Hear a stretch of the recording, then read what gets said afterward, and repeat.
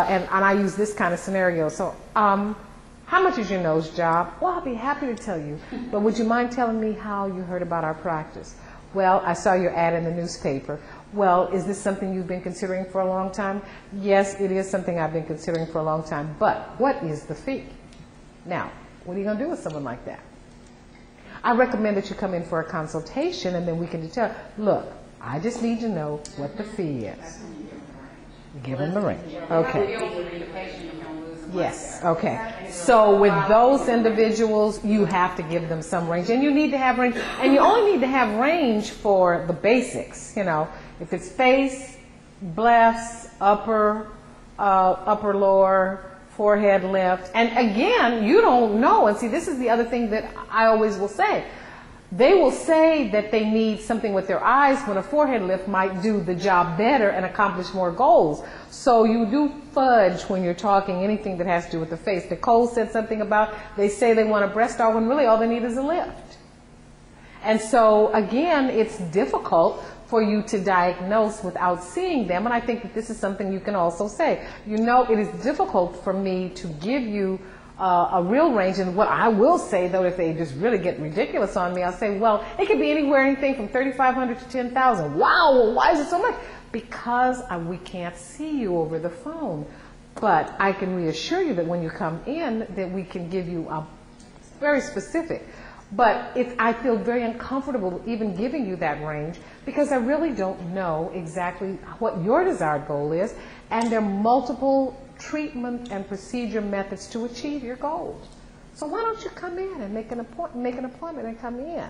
So, but again, if you develop a relationship with them, for those who have not scheduled because of special needs, they need to talk to the husband, a significant other. They need to find out if they can be off that length of time. They need to find out if their mother or grandmother or a friend can take care of their kids if they need to, or get someone to be their caretaker. You want to make an appointment to call. Remember, make an appointment to call. Call within 3 to 5 days. What I like to say when I'm talking to those individuals, I'll say something like, you know, Nancy, I can appreciate that you're really interested in having this procedure done. And you just need to be assured that this is going to be right for you. May I make a recommendation? I have all these papers and things that I'm going to give you, and I can imagine that you must be a little bit overwhelmed with all of this information. What I'd like to do is I'm going to recommend you take it all home with you. Do not read it tonight. Just let it kind of go through you. And then maybe within the next day or so, review everything. See if you have any additional questions. Check with whomever you need to confirm that they're going to be there to back you up if need be. Then can I call you? I'd like to call you in 2 to 3 days. And then we can discuss how we can move forward to the next step. That'll give you enough time to kind of digest all of the information that you have received here today. Does that feel good? Is there a good time that I can call you? Okay, I'm going to put this down in my book. And I'm going to actually give you an appointment card just to remind you that's the time I'm going to call. I love it when they pull out their PDAs and start putting it down in there, because that's real. See, that means it's real. PDAs or up there, a little book or whatever. But you notice I dropped my voice a little.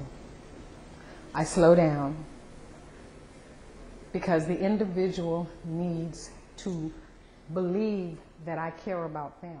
And I do. Copy in the file.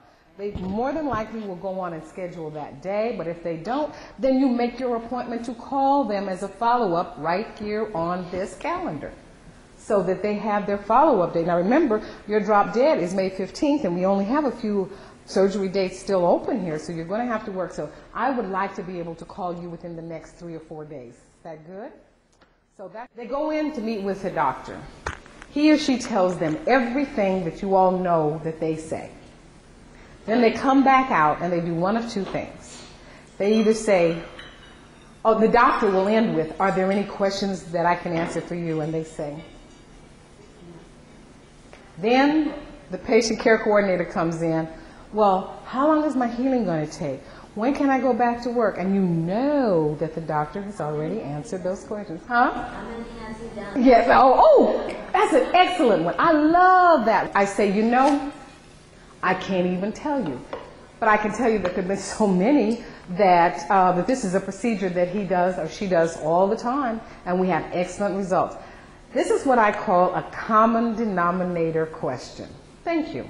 Common denominator question. What I mean by that is, remember I told you, you know how to buy mayonnaise because you buy your mother's brand? Men know how to buy cars because they kick the tires and slam the door. Now you ask them why they do that. They don't know, but it's what they've always done and they've seen other people do. You know how to buy clothes because you either figure out what brands work for you or whatever, but no one ever told you how to buy cosmetic surgery. So what are the couple of things that you can ask that make sense? Number one is, what does it cost? And you know what? So often it doesn't matter.